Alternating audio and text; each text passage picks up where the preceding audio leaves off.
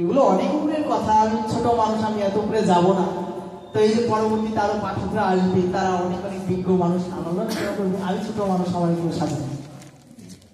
তা এই যে দেখো, সখী অনুগত্য নিয়ে ভাজন, অর্থাৎ সখ্য, দাস্য, বাৎসল্য, মধুর, এরকম পাঁচটা ভাব আছে।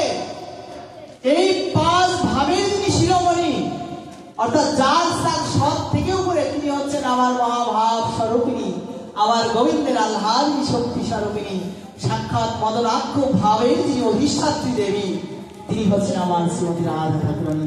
হৃদয় ভবিষ্যৎ এই জন্য আমরা তো কৃষ্ণ ভজি, কথা আছে যে যেই জন কৃষ্ণ ভজি সে বড় চতুর।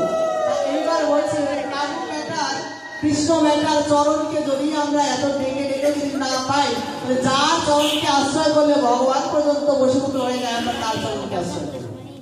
তাই এর জন্য বৃন্দাবনে যারা আছে তারা কি বলে? বলো, জোরসে বলো।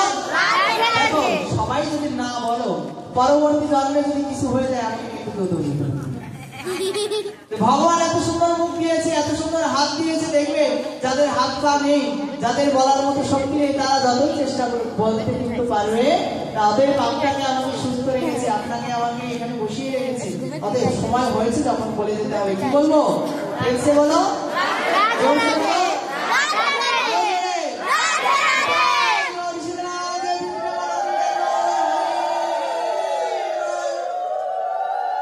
ভগবান সেখানে তুমি সক্ষরূপে পেতে চাও, অর্জুনের মতো হও, সমস্ত কিছুকে অর্পণ করে দিয়ে গোবিন্দ আজ থেকে আমি তোমার হয়ে গেলাম, আমি যা কিছু করবো কৃষ্ণ তুমি আমাকে সাহায্য করো।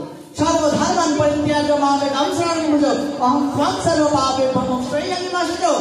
আর মনে রাখবেন, যেখান থেকে গীতা মায়ের সমাপ্তি, সেইখান থেকে ভাগবতী ভগবানের সূত্রপাত। অতএব ভাগবত কথা যদি শুনতেও হয়, তাহলে আগে গীতা মায়ের আশ্রয় যেতে হবে, যেটা পদ্ম পুরাণে খুব সুন্দর ভাবে বর্ণনা করা আছে, ভাগবত মাহাত্ম্যের ভিতরে বর্ণনা করা আছে, যেখানে খুব সংক্ষেপে একটু বলি।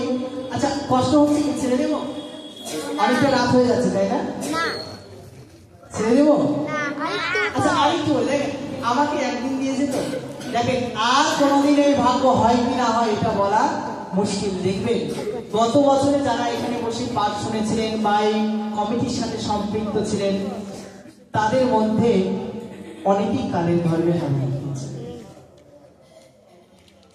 অতএব আপনি আমি আসলে বসে আছি, ভগবান নন্দনন্দনের কৃপা কবে বর্ষিত হবে তা তো বলতে পারি না। আপনি আমি এতটা পূর্ণও করিনি যেখানে ভগবান আমাদের সাহায্য করবে। কিন্তু কার কখন জীবনের বেলা, কার কখন জীবনের সূর্য অস্তমিত হয়ে যায়, কে বলতে পারে?